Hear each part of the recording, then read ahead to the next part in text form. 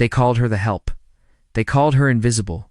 To the powerful Vandermeer family, 23-year-old Chloe Danvers was nothing more than the girl who polished the silver and scrubbed the muddy footprints out of their Persian rugs. But silence sees everything. While the family fought over stocks, yachts, and Hampton's estates, Chloe was the only one holding the old man's hand when he took his last breath. They thought the reading of the will was just a formality, a coronation for the arrogant grandson, Sebastian. They were wrong. When the seal was broken, the room went silent, and the maid became the most dangerous woman in New York. This isn't a fairy tale. It's a war.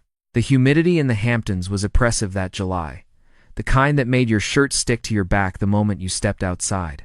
But inside the Vandermeer estate, a sprawling, 20-bedroom limestone fortress sitting on the cliffs of East Hampton, the air was always chilled to a crisp 68 degrees. Chloe Danvers adjusted the collar of her gray uniform. It was itchy, a polyester blend that felt cheap against her skin, a constant reminder of exactly where she stood in the hierarchy of the Gilded Bluff, as the locals called the estate. She wasn't family. She wasn't a guest. She was staff. And to people like Sebastian Vandermeer, that meant she didn't exist. You missed a spot. A voice drawled from above her. Chloe froze, her hand gripping the mahogany banister she had been polishing for the last 20 minutes. She didn't need to look up to know who it was. Sebastian Vandermeer, 30 years old, handsome in a jagged, cruel sort of way, and currently wearing a Patek Philippe Nautilus that cost more than Chloe would earn in 3 lifetimes.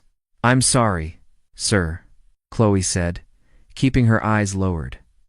"I'll get it immediately." Sebastian descended the stairs, a crystal tumbler of scotch in his hand, though it was barely noon. He stopped right beside her, close enough that she could smell the expensive oud wood cologne and the stale scent of last night's alcohol. He deliberately tipped the glass. An amber stream of 50 year old Macallan splashed onto the pristine white marble floor, inches from Chloe's knees.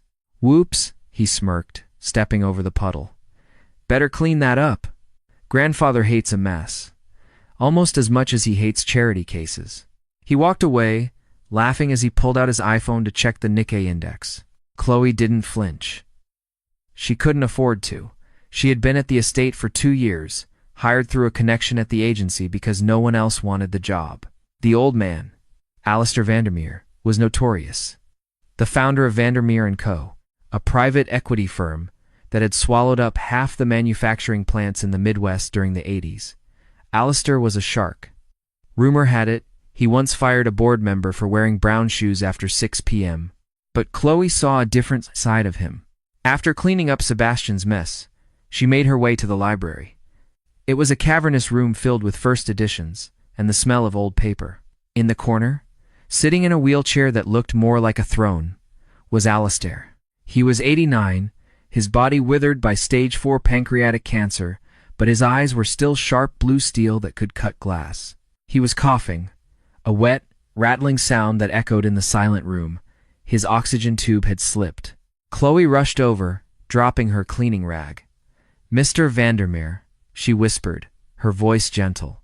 She deftly adjusted the cannula, checked the flow on the tank, and poured him a glass of water from the carafe.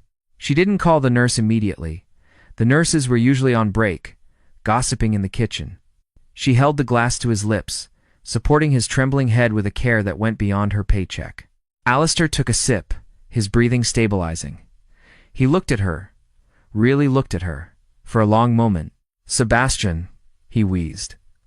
"Did he do it again?" Chloe paused. She placed the glass down.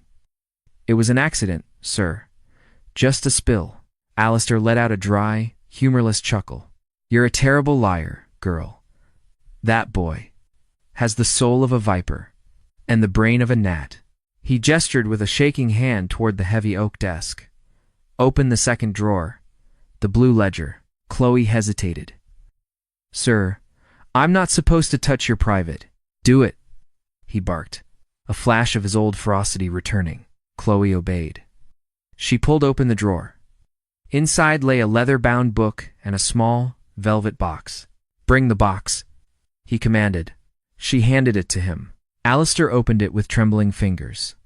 Inside sat a brooch, an Art Deco piece, platinum with a sapphire the size of a quail's egg. It wasn't just jewelry, it was history. Chloe recognized it from the portrait in the hallway. It had belonged to his late wife, Catherine. Catherine wore this at the 1965 Met Gala.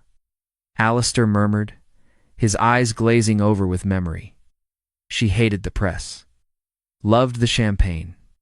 He looked up at Chloe. You have her eyes. I've told you that before. You have, sir, Chloe said softly.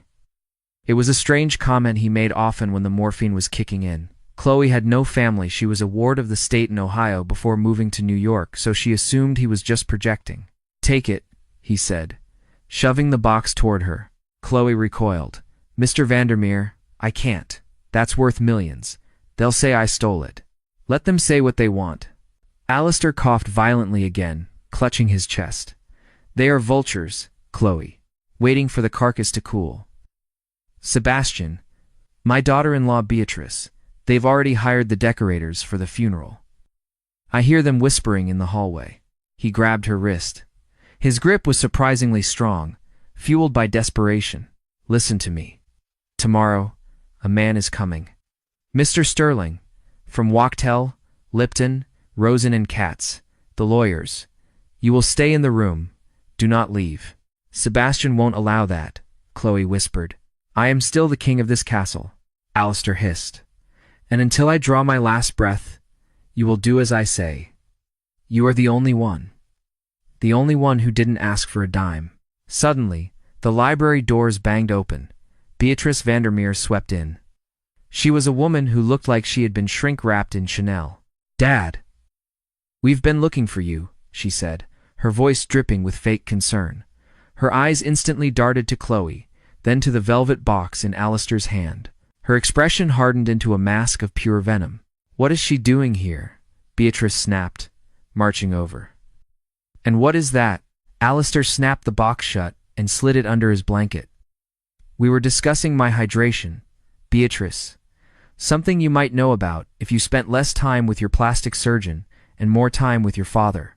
Beatrice flushed a deep crimson. She turned on Chloe. Get out. Now. And if I find you bothering him again, you won't just be fired. I'll make sure you never work in this state again. Chloe bowed her head. Yes, ma'am. She hurried out, her heart pounding. As she closed the heavy doors, she heard Beatrice's voice turn shrill. You have to stop indulging the help, Alistair. It's senile. Sebastian is flying in the specialists from Sloan Kettering tomorrow. We need you strong for the board meeting next week. There won't be a board meeting. Alistair's voice was faint through the wood.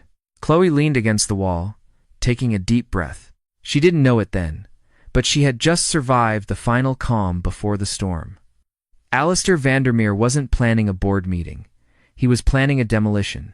The night Alistair Vandermeer died, the estate was quiet. Too quiet. It was 3 a.m. on a Tuesday. Chloe was in her small quarters in the servants' wing, reading a paperback by flashlight. She couldn't sleep. The air in the house felt heavy, charged with static. When the alarm sounded a high-pitched medical alert that was connected to the nurse's station, Chloe was the first one out the door. She sprinted down the long, carpeted corridors, her bare feet making no sound. By the time she reached the master suite, the private night nurse, a stout woman named Mrs. Higgins, was already checking the vitals. Beatrice and Sebastian arrived 2 minutes later. Sebastian was wearing silk pajamas, looking annoyed rather than grief-stricken. Beatrice was already on her phone. Is he gone? Sebastian asked, leaning against the doorframe, yawning. Mrs. Higgins nodded solemnly. Time of death, 3:12 a.m. Sebastian checked his Apple Watch. Right. I'll call the PR team. We need to control the narrative before the market opens. If the stock dips, the board will panic. He didn't walk over to the bed. He didn't touch his grandfather's hand. He didn't shed a tear. He simply turned around and started dialing numbers. Get me the team at Kirkland. Yes, now. Chloe stood in the corner, tears streaming down her face. She felt a profound sense of loss, not for the billionaire titan, but for the lonely old man who liked peppermint tea and stories about her childhood in Ohio. She stepped forward tentatively. Can I cover him?" she asked the nurse. Beatrice looked up from her phone, her eyes narrowing. "You? Don't touch him. This is a family matter. Go pack your things." Chloe froze. "Ma'am?" "You heard me," Beatrice hissed, stepping closer. "Alistair kept you around as a pet. He's gone now. We don't need a maid who specializes in chats. You're redundant. You have until noon to vacate the premises." "But the funeral," Chloe stammered. "Staff aren't invited to the funeral," Sebastian called out from the hallway. "Especially not the ones who were trying to manipulate a dying man." "We saw the jewelry box, Chloe." "Don't think we didn't." Chloe felt cold. They thought she was a gold digger. "I never took anything," Chloe said, her voice shaking but firm. "Leave."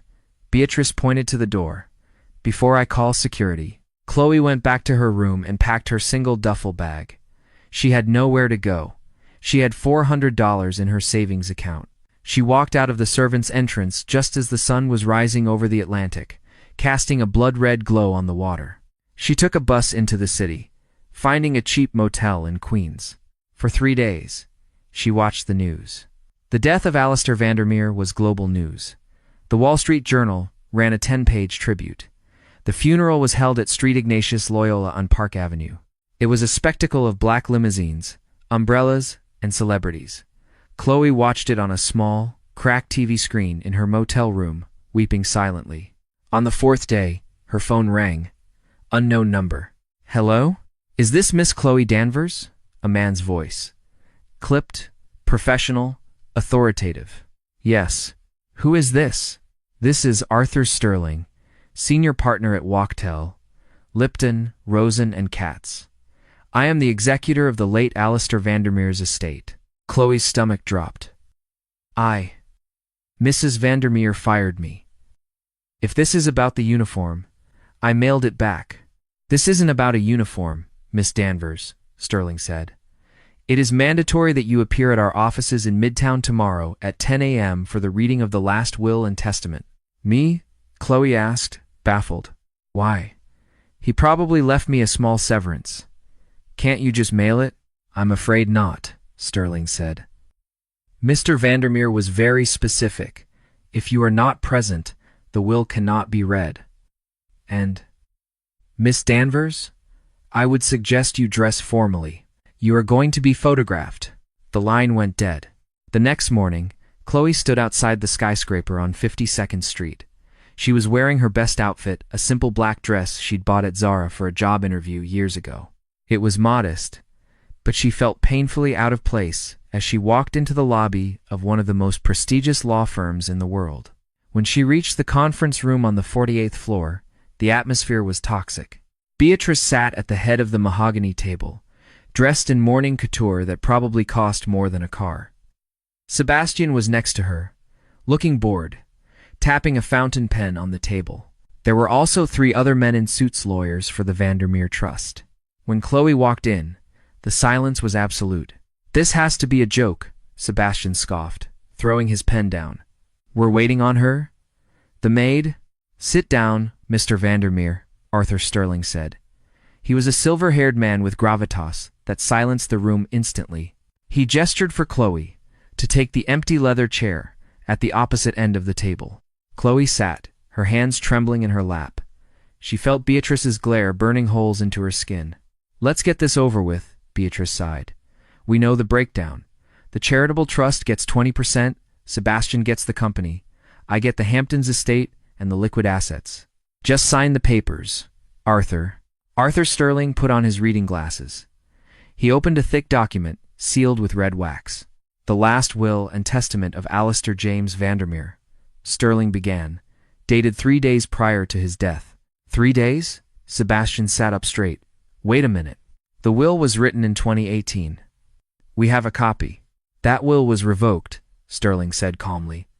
"This is the new one, and Mr. Vandermeer was deemed of sound mind and body by 2 independent psychiatrists present at the signing.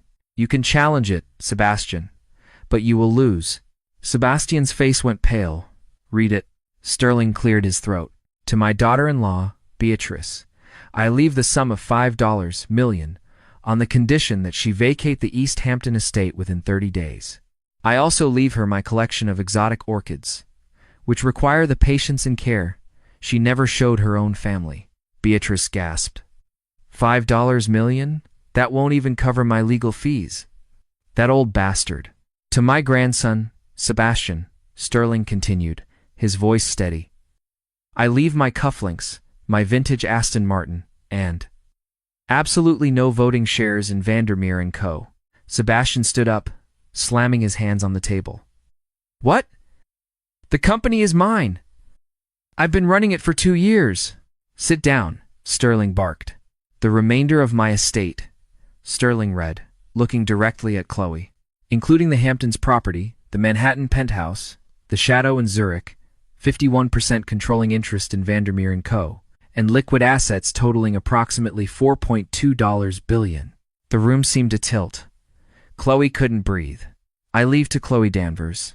The silence that followed wasn't just quiet. It was a vacuum. The maid? Sebastian whispered, his voice cracking. He gave everything. To the maid? Sterling closed the folder. Not just the maid, Mr. Vandermeer. He looked at Chloe with a strange mixture of pity and respect. He left it to his granddaughter. Granddaughter? Beatrice screamed. It wasn't a question. It was a shriek that seemed to crack the heavy, polished mahogany of the conference room table. That is impossible. James only had one child. Sebastian. Sebastian's face was a mask of shock, drained of all color.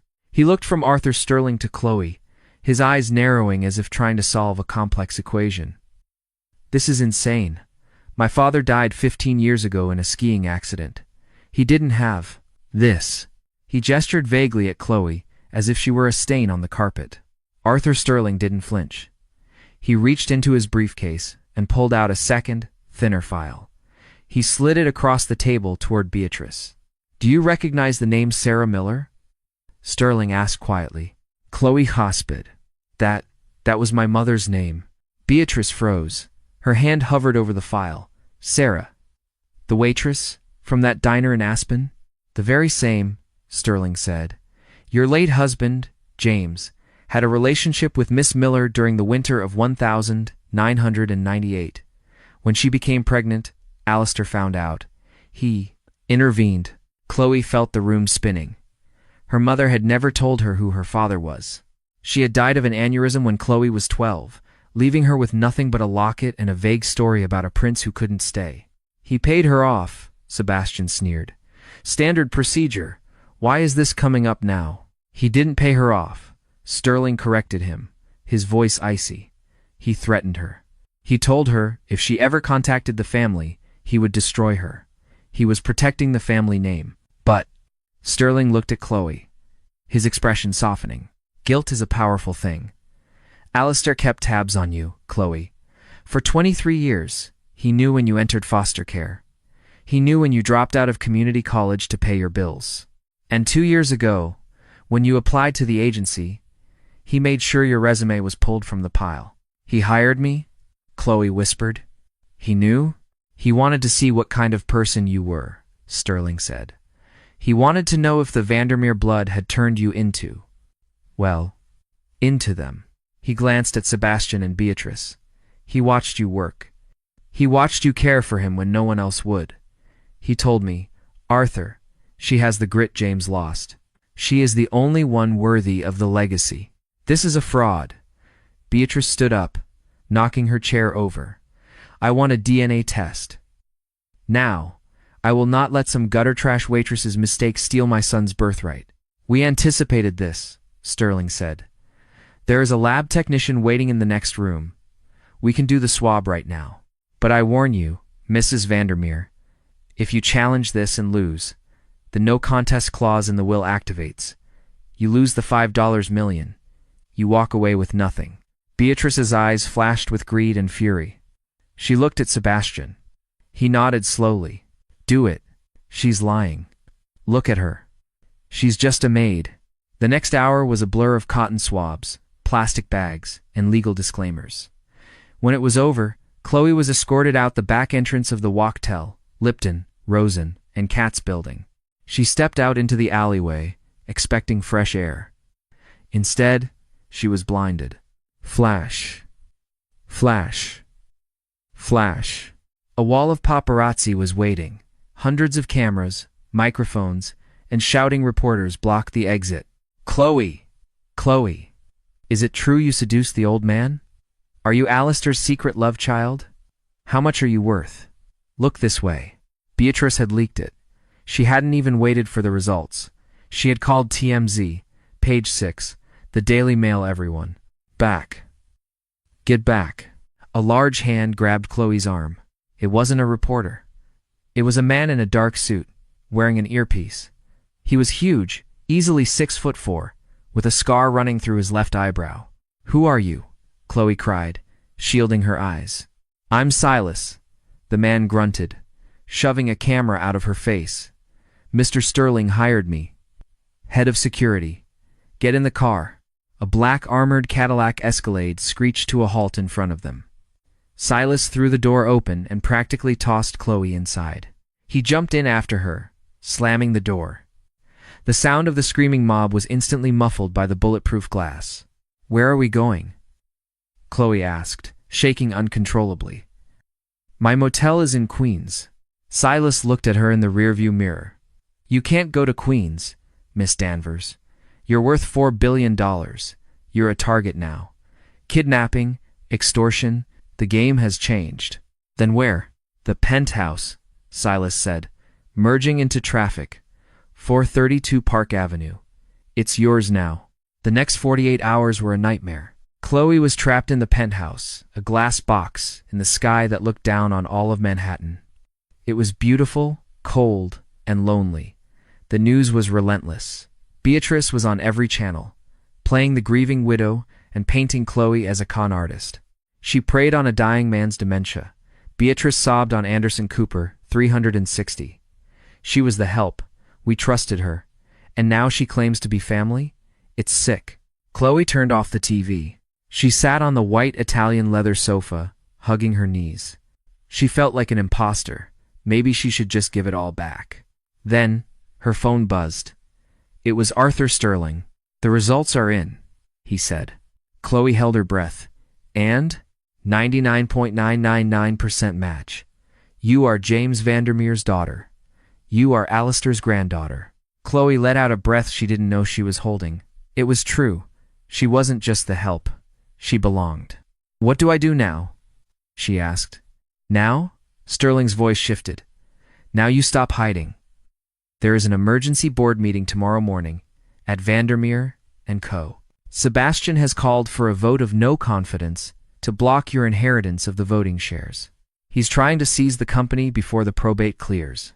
I can't go there, Chloe said. I don't know anything about business.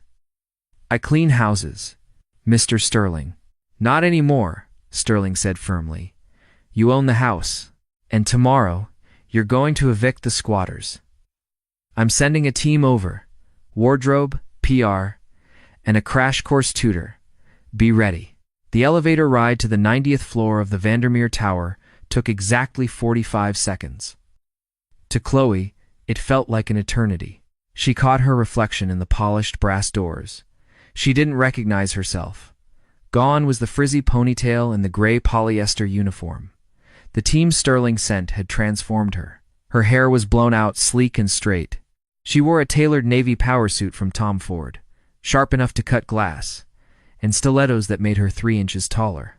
But inside, she was still the girl who scrubbed floors. Her hands were sweating. Chin up, Silas said. He was standing beside her, a silent granite wall. Don't let them see you bleed. The doors opened. The boardroom was a vast expanse of glass and steel.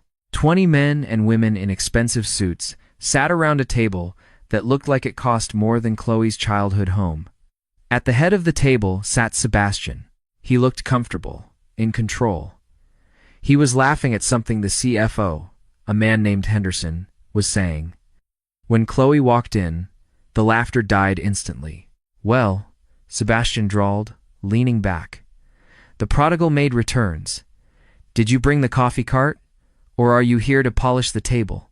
A few of the board members snickered. Chloe walked to the empty chair at the opposite end of the table. She didn't sit.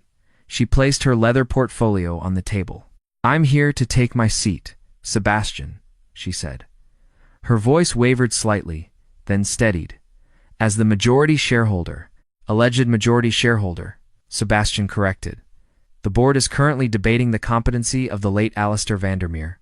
We believe he was unduly influenced. Until the courts decide, I am acting CEO. Actually, Arthur Sterling walked in behind Chloe. The bylaws of Vandermeer & Co.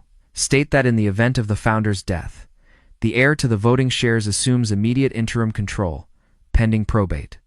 The DNA test is conclusive. Miss Danvers is the heir. She is the chairwoman. This is ridiculous, shouted Henderson, the CFO. She's a high school graduate. She doesn't know a balance sheet from a bedsheet. We have a merger with Omnicorp on the table. A $4 billion deal. We can't let a child run this. Sebastian stood up, walking around the table toward Chloe. He invaded her personal space, looming over her. It was an intimidation tactic he used on junior analysts. Listen to me, Chloe, he whispered, his voice low and menacing. You've had your fun. You got your 15 minutes of fame. But this is the big leagues. These people, they will eat you alive. Sign the proxy over to me. I'll give you a monthly allowance. You can go shopping. Live the rich girl life. Just get out of my chair. Chloe looked at him. She smelled the same oudwood cologne he wore the day he spilled the whiskey. She remembered how he treated Alistair like a burden. Like a checkbook. She looked around the room. She saw the sneers. The judgment. They all thought she was stupid. Invisible. But invisibility was a superpower. Mr. Henderson, Chloe said suddenly, turning to the CFO. Henderson blinked. What? You mentioned the Omnicorp merger, Chloe said. Is that the reason you've been moving funds to the Cayman Islands accounts under the shell company Blue Heron? The room went dead silent. Henderson's face turned the color of ash. Excuse me? And you, Mr. Galloway, she turned to the head of operations. Are you still authorizing the dumping of toxic waste in the river near the Jakarta plant? Or did you fix that after the bribe to the local inspector last November? Galloway choked on his water. Sebastian stared at her. How? How do you know that? I was the maid, Sebastian, Chloe said, her voice ringing clear and cold. I cleaned your offices. I emptied your trash. I dusted your bookshelves while you were on speakerphone. You people talk as if the help isn't there. You think because I'm holding a rag, I don't have ears? She turned back to Sebastian. And you, 3 months ago, the library. You were arguing with a man named Vinny. Something about gambling debts? And leveraging the company pension fund to cover your losses on the futures market? Sebastian's mouth opened, but no sound came out. Chloe finally sat down in the leather chair. It was comfortable. Mr. Sterling, she said, please record the minutes. I am calling for an immediate forensic audit of the company's finances over the last 5 years, specifically focusing on the acting CEO's discretionary spending. You can't do that, Sebastian screamed, losing his composure entirely. I own 51% of this company, Chloe said, locking eyes with him. I can do whatever I want. And right now, I want security to escort Mr. Vandermeer out of the building. He is suspended pending the investigation. You bitch! Sebastian lunged at her. Silas moved faster than a striking cobra. He intercepted Sebastian, twisting his arm behind his back and slamming him face first onto the table. Careful, Silas growled. That's the chairwoman you're talking to. Sebastian struggled, his face pressed against the mahogany. You'll regret this. Do you hear me? I'll destroy you. Get him out, Chloe said softly. 2 more security guards rushed in and dragged Sebastian out of the room, his curses echoing down the hallway. Chloe looked around the table at the remaining board members. They were terrified. The sneers were gone, replaced by fear. They realized they weren't dealing with a maid anymore. They were dealing with Alistair Vandermeer's blood. Now, Chloe said, opening her portfolio. Let's talk about this Omnicorp merger. I have some notes. The victory felt sweet. But as Chloe left the building that evening, she realized the war had just begun. She was in the back of the Escalade, scrolling through her phone. The video of Sebastian being dragged out was already viral. The Maid takes charge was trending. But then, a notification popped up. An email. Anonymous. Subject: You don't know the whole story. Chloe frowned. She opened it. There was no text. Just a photo. It was an old, black and white scan of a birth certificate. Name: Chloe Sarah Miller. Father: James Vandermeer. Mother: Sarah Miller. It looked normal. But then she scrolled down. There was a second attachment. A photo of a car crash. A twisted wreck of metal in the snow. And a single line of text below it. It wasn't an accident. And you're next. Chloe felt a chill run down her spine that had nothing to do with the air conditioning. She looked out the window at the dark streets of New York. Sebastian was dangerous, yes. But someone else was out there. Someone who knew the secrets Alistair took to his grave. Silas, she said, her voice trembling slightly. Yeah, boss. Take the long way home. And check the brakes. The email sat on Chloe's phone screen like a radioactive isotope. It wasn't an accident. Chloe didn't sleep that night. She sat in the penthouse living room, staring at the lights of the city, the ghost of her father haunting the glass walls. She had spent her whole life thinking James Vandermeer was a reckless playboy who abandoned her mother. But the photo of the crash, the twisted metal, it looked deliberate. The next morning, she didn't go to the office. Instead, she called Arthur Sterling to the penthouse. I need to see the family archives, Chloe said, sliding the phone across the marble island in the kitchen. Sterling looked at the photo. His face, usually a mask of legal indifference, went pale. He took off his glasses and rubbed the bridge of his nose. I warned Alistair against keeping those files, Sterling murmured. He thought they were insurance. I told him they were a death warrant. So it's true? Chloe asked, her voice trembling with rage. My father was murdered? It's not that simple, Chloe, Sterling sighed. James was idealistic. He found out about the Blue Heron accounts the shell companies used to bribe foreign officials for mining rights in the Congo. He threatened to go to the SEC. 2 days later, his brakes failed on an icy road in Gstaad. Who did it? Chloe demanded. Was it Alistair? No, Sterling said firmly. Alistair was ruthless, but he loved his son. He suspected others. Board members. Perhaps even family. I need to see the proof, Chloe said. If I'm going to run this company, I need to know whose hands are dirty. The physical evidence is in the vault, Sterling said. Iron Mountain Facility, upstate New York. It requires biometric access. Alistair's retinas were the key. But he looked at Chloe. You have his eyes. Literally, the genetic markers are identical enough that the scanner might accept you. 3 hours later, a black helicopter lifted off from the West 30th Street heliport. Chloe sat in the back, headphones on, watching the city shrink below. Silas was next to her, checking a Sig Sauer pistol holstered beneath his jacket. You expecting trouble? Chloe asked over the comms. Rich people don't like their skeletons rattled, Miss Danvers, Silas replied grimly. And you're about to open a graveyard. They landed at a nondescript facility in the Catskills, buried into the side of a mountain. It looked like a Bond villain's lair, all concrete and steel. The security was intense. 2 armed guards escorted them to the subterranean level. They reached a massive circular vault door. This is it, Sterling said. Step up to the scanner. Chloe approached the retinal scanner. A red laser beam traced her eye. She held her breath. Scanning. Scanning. Identity confirmed. Vandermeer, A. The heavy bolts groaned and retracted. The door swung open.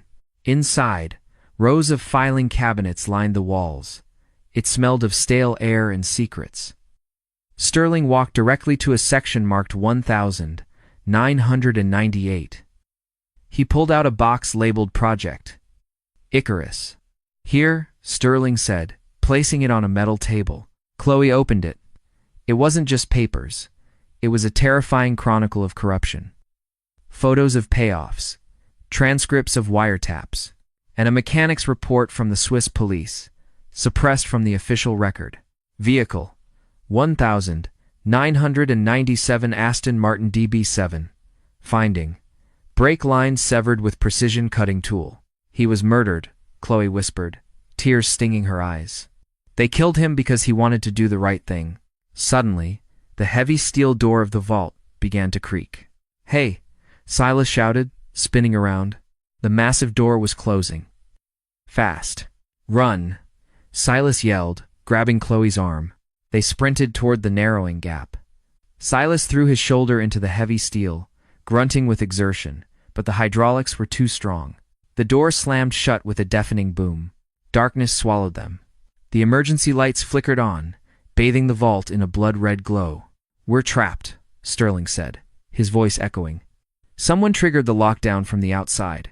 "My phone has no signal," Chloe said, panic rising in her chest. "Neither does mine," Silas said. He banged on the door. "This is reinforced titanium. We aren't getting out." Then, a voice crackled over the intercom system.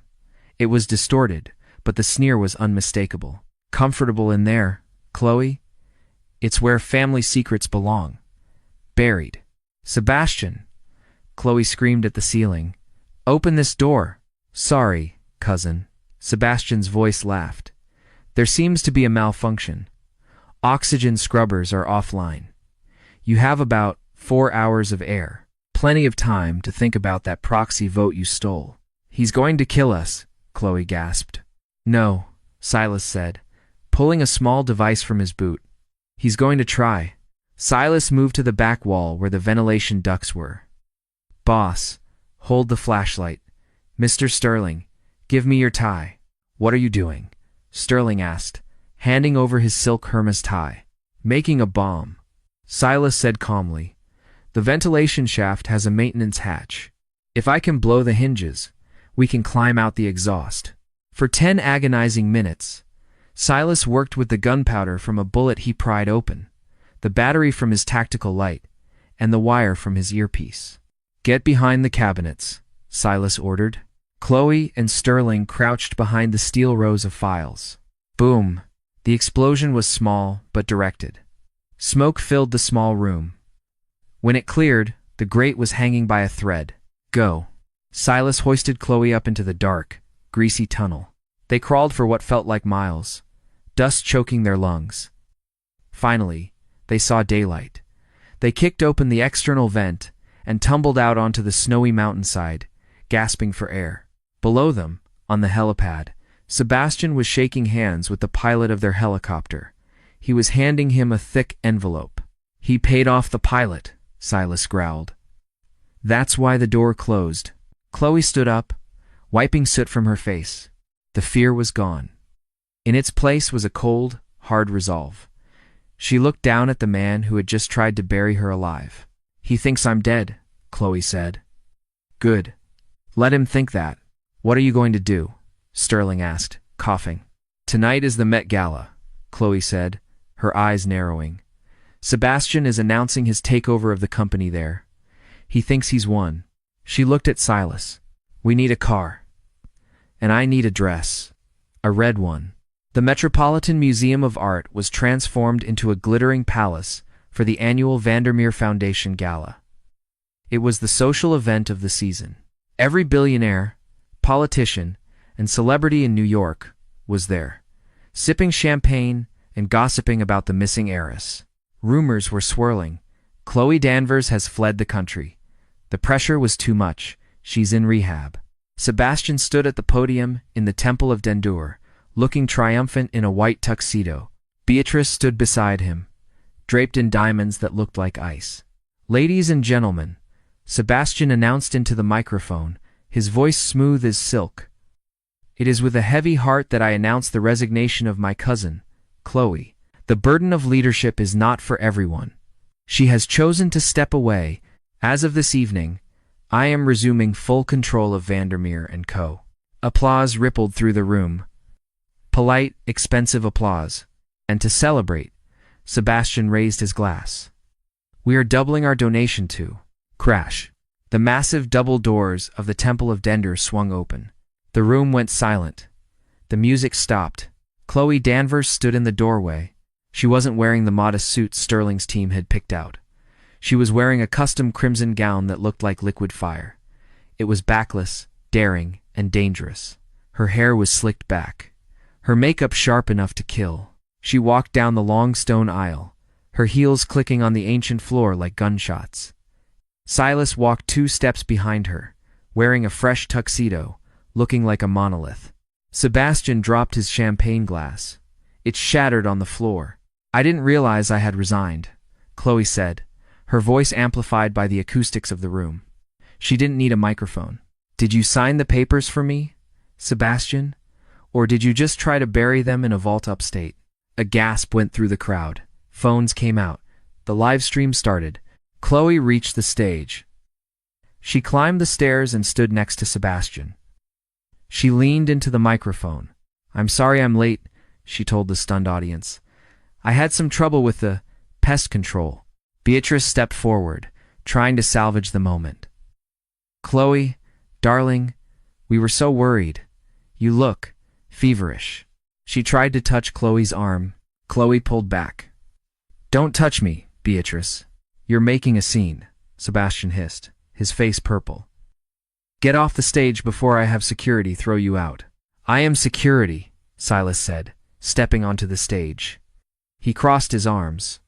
The museum guards, recognizing the head of Vandermeer Security, didn't move a muscle. "I have an announcement of my own," Chloe said to the crowd. "Regarding the future of this company." She reached into her clutch to pull out the USB drive containing the evidence from the vault, the proof of the brake tampering, the payoffs, everything. "This company has been rotting from the inside," Chloe began. "For 20 years, profits have been put before people. My father, James Vandermeer, tried to stop it. And he was killed for it." The crowd murmured. This was going off script. "I have proof," Chloe said, holding up the drive. "Right here." She turned to hand the drive to the technician to display on the giant screens behind her. "Mia?" Chloe signaled to her new personal assistant, a young, eager woman she had hired 2 days ago to help navigate the social scene. "Plug this in." Mia, a girl with wide, innocent eyes, took the drive. "Yes, Miss Danvers." Mia walked over to the laptop, controlling the projector. She plugged it in. Chloe waited for the documents to appear. She waited for the smoking gun. But the screen didn't show the mechanic's report. Instead, a video started playing. It was grainy footage.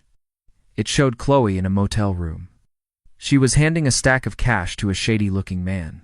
Audio from the video. "Make sure the old man signs the new will. Drugged? If you have to. I don't care. I want the money." Chloe froze. She stared at the screen. What is this?" "Oh my God," Beatrice screamed, covering her mouth. "She bribed someone to forge the will. I knew it." "No," Chloe shouted. "That's a deepfake. That never happened." The video continued. It showed Chloe laughing, smoking a cigarette she didn't smoke, and mocking the charity. "I'll sell the company for scrap. Who cares about the employees? They're just peasants." The crowd turned. The awe turned to disgust. Boos started to ring out. Chloe looked at Mia. The assistant was standing next to Sebastian, smirking. "Why?" Chloe whispered. Mia shrugged. "Sebastian pays better. And he promised me a VP spot." "Turn it off," Chloe yelled, lunging for the laptop. Sebastian caught her wrist.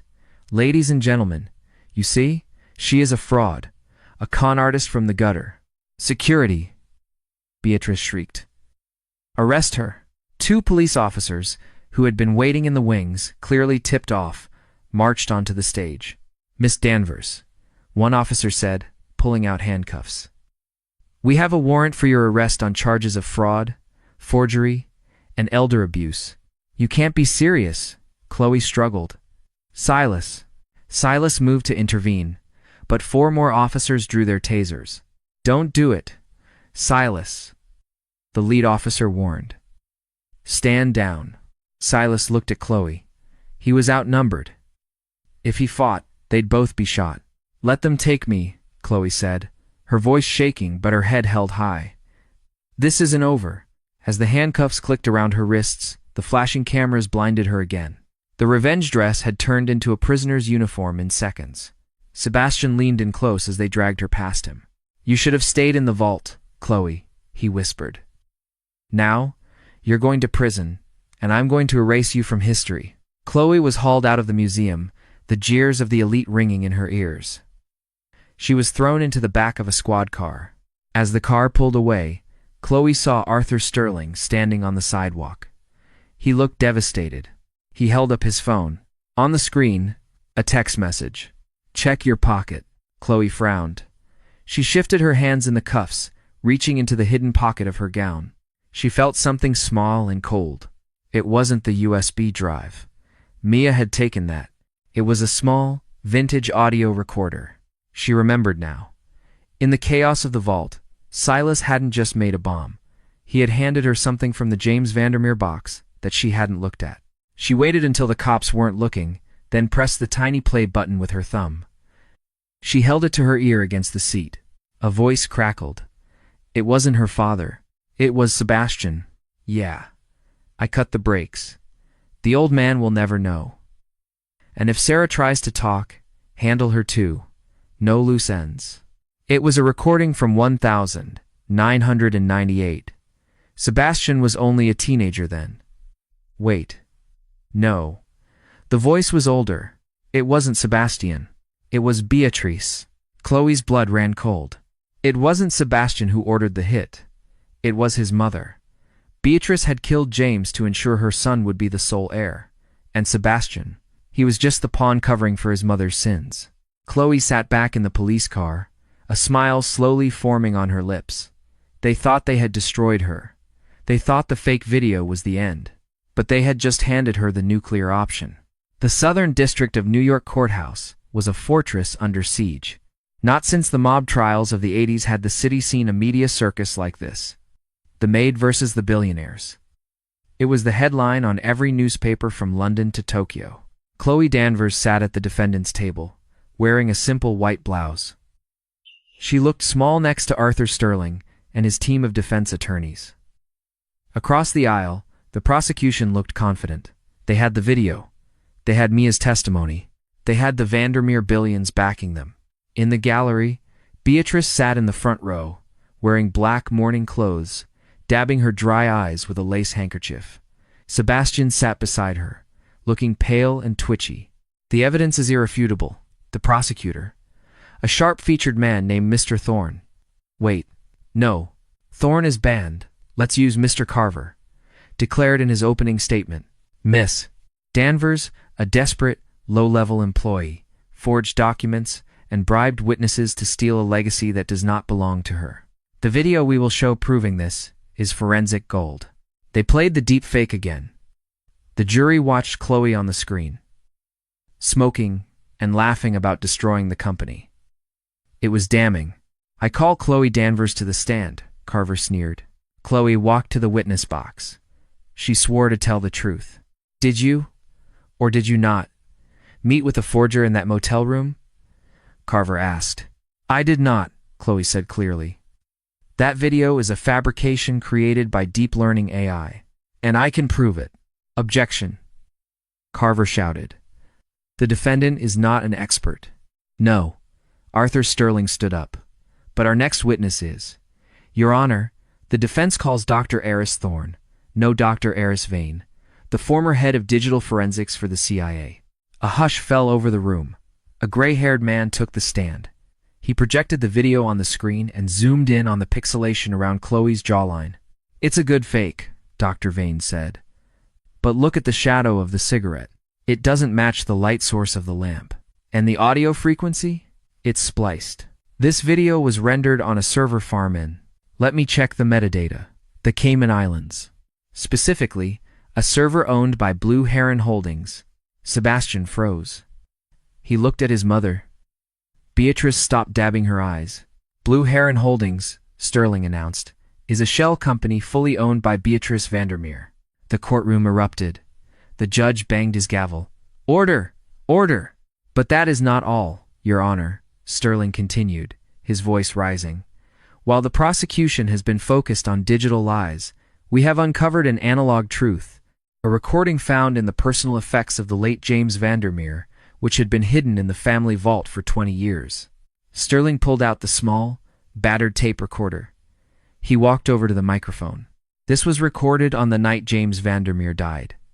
He had suspected his car was being tampered with. He left this running in his garage. Sterling pressed play. The static hissed through the silent courtroom. Then, a voice. Unmistakable. Sharp. Haughty. Do it tonight, grease monkey. Cut the line. James is threatening the Congo deal. If he goes to the SEC, we lose everything. He's a liability. Handle it. I'll make sure Alistair thinks it was an accident. The voice was Beatrice's. Then, a younger voice. A mechanic. But Mrs. Vandermeer. He's your husband. He's a weakling, Beatrice's voice spat. Just like his father. Do it. The tape clicked off. Every head in the room turned to the front row. Beatrice was standing, her face a mask of absolute horror. She wasn't looking at the jury. She was looking at Sebastian. You, Sebastian whispered, standing up and backing away from her. You told me it was Dad's drunk driving. You told me. You killed him? I did it for you, Beatrice screamed, her composure shattering. I did it for the family. For the legacy. Marshals, the judge shouted. Secure the gallery. Beatrice Vandermeer was arrested on the spot. As they cuffed her, she was still screaming about stock prices and legacy. Sebastian, broken and sobbing, was led out for questioning regarding his complicity in the cover-up. Chloe sat in the witness box, tears streaming down her face. Not of sadness, but of relief. The truth was out. The ghost of her father could finally rest. 6 months later, Chloe stood on the balcony of the Vandermeer Tower. The wind whipped her hair, but she didn't flinch. The company had changed. The Blue Heron accounts were closed. The toxic dumping in Jakarta was cleaned up. The board was diverse, transparent, and terrified of her. She wasn't the maid anymore. She wasn't just the heiress. She was the CEO. Miss Danvers? Chloe turned. It was Silas. He was wearing a new suit, looking sharp as her head of global security. The car is ready for the orphanage opening, Silas said. And Mr. Sterling is on line 1 regarding the new scholarship fund. Thank you, Silas, Chloe smiled. She looked out at the city one last time. It was a concrete jungle, full of predators. But she was no longer the prey. She walked back inside, the glass doors sliding shut behind her. The maid was gone. The queen had arrived. And that is the incredible, true crime saga of Chloe Danvers. From scrubbing floors to running a multi-billion-dollar empire, she proved that you can inherit money, but you have to earn respect. Beatrice thought she could bury the truth in a vault, but she forgot one thing. Secrets, like rot, always eventually smell. Chloe didn't just clean up the mansion, she cleaned house. If you love this story of betrayal, justice, and the ultimate underdog victory, make sure to smash that like button. It helps the channel bring you more epic stories like this. What would you do if you found that tape? Let me know in the comments below. And don't forget to subscribe and hit the bell icon so you never miss the next scandal. Thanks for watching, and see you in the next video.